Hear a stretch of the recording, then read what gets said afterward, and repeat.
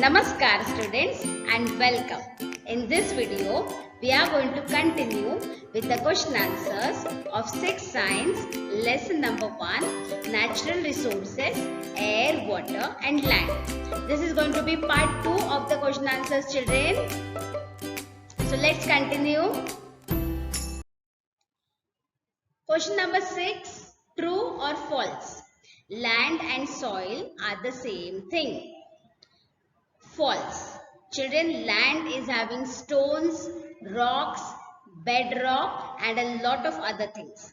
But soil means it's just the upper layer of the land which we see. So the statement is false. The water in a lake is called groundwater. No, false. Because the water in a lake is the collected water. It is the stagnating water which is collected there. Groundwater is inside the ground, children. Lake water is not groundwater. Lake water is above the ground. It takes about 1000 years to form a 25 centimeter thick layer of soil. No. It will take 1000 years to form 2.5 centimeter thick layer of soil, children, not 25 centimeter thick layer. So the statement is false. Radon is used in decorative lights. True, because it is shining, it is glowing just like the radium. So it is used in decorative lights. So the statement is true. Next question. Now these are big questions, children. Answer in your own words. Explain with the help of a diagram how soil is formed. So this is a nice diagram. This is a beautiful picture you have in your textbook, children. The formation of soil is a slow and natural process. The abiotic components of nature like heat and cold of the sun, water, wind and rain break the bedrock into pieces of stones and pebbles. Yes, children, the sunlight, wind, water, rains, all these also have an effect on the stones. They are affecting the stones and they are breaking the bedrock. They also help in formation of soil. Microbes, worms, insects and rodents further break the stones, dead plants and animals into smaller form. Yes, children, all the dead plants and animals which have fallen on the soil, they are also converted back into minerals by the microbes, worms, insects and all those things. Rodents, they help in loosening the soil, children. They make the soil loose. So the non-living components, abiotic components, also help in formation of soil, and the biotic components, the living things, also help in the formation of soil. Roots of trees also play an active role in breaking rocks and also in preserving soil which is formed after such great efforts. Yes, children, these roots, they will go inside, they will penetrate in the rocks and stones and they will also break the stones.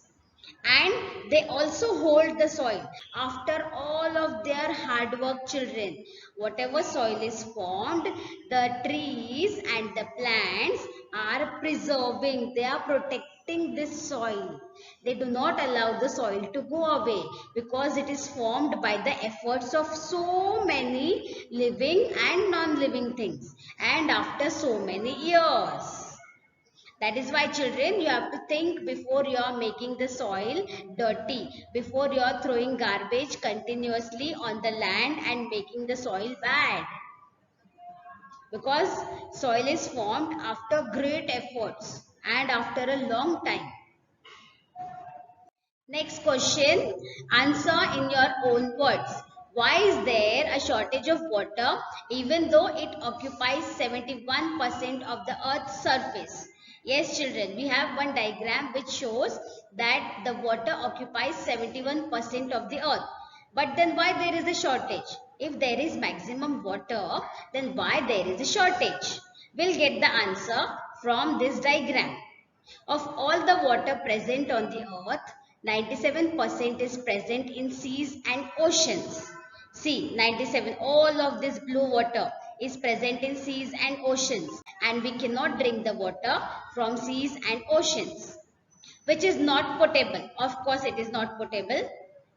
Remaining 2.7% is found as groundwater, ice, and in other forms which are difficult to extract. Remaining 2.7% children, it is found in the form of ice or in the groundwater. So this form of water is difficult to extract.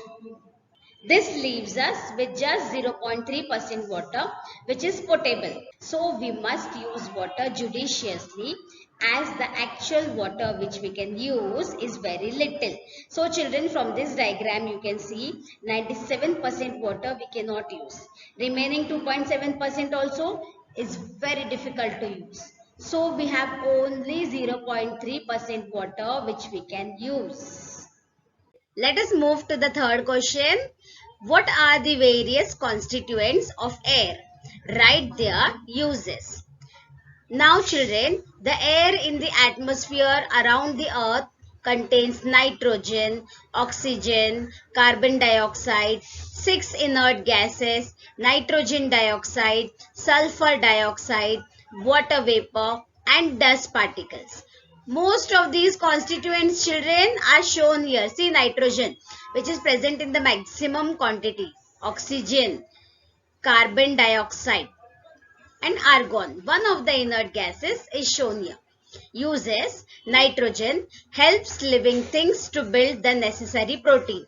This is a very important constituent for all living things, children, because nitrogen forms the basis of proteins for all living things. All living things need nitrogen for building proteins, which is life for them.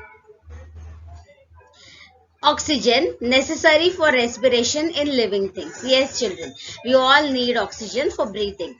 Carbon dioxide absorbs sun's heat and maintains temperature on the earth. Yes, children, carbon dioxide is absorbing the sun's heat and maintaining the temperature on the earth. If there is no carbon dioxide, the earth will become very cold. Same way, children, if there is more carbon dioxide, the earth will become very hot.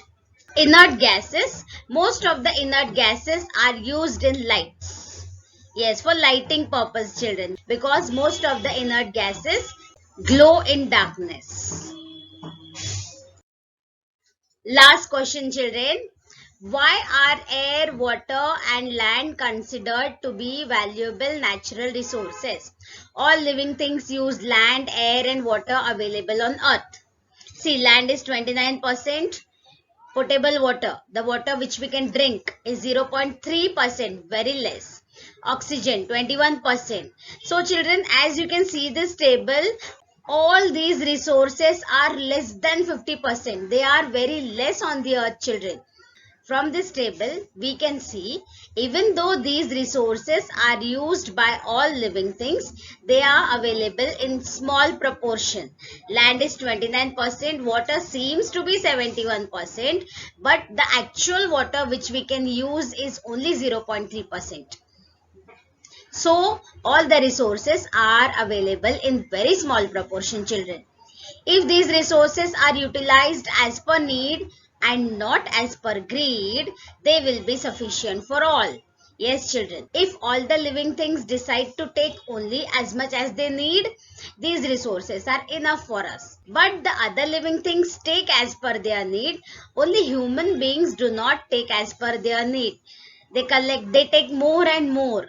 So these resources are considered to be valuable because they are life for all. Yes, children. So air, water, and land are very valuable natural resources because they are required by all. They are used by all. So children, here we finish with the question answers of this particular lesson. I hope that you all have understood all the answers. If you like this video, then do give a like and subscribe to my channel, and also share it with your friends so that they also get the benefit of these videos. Thank you for watching till the end.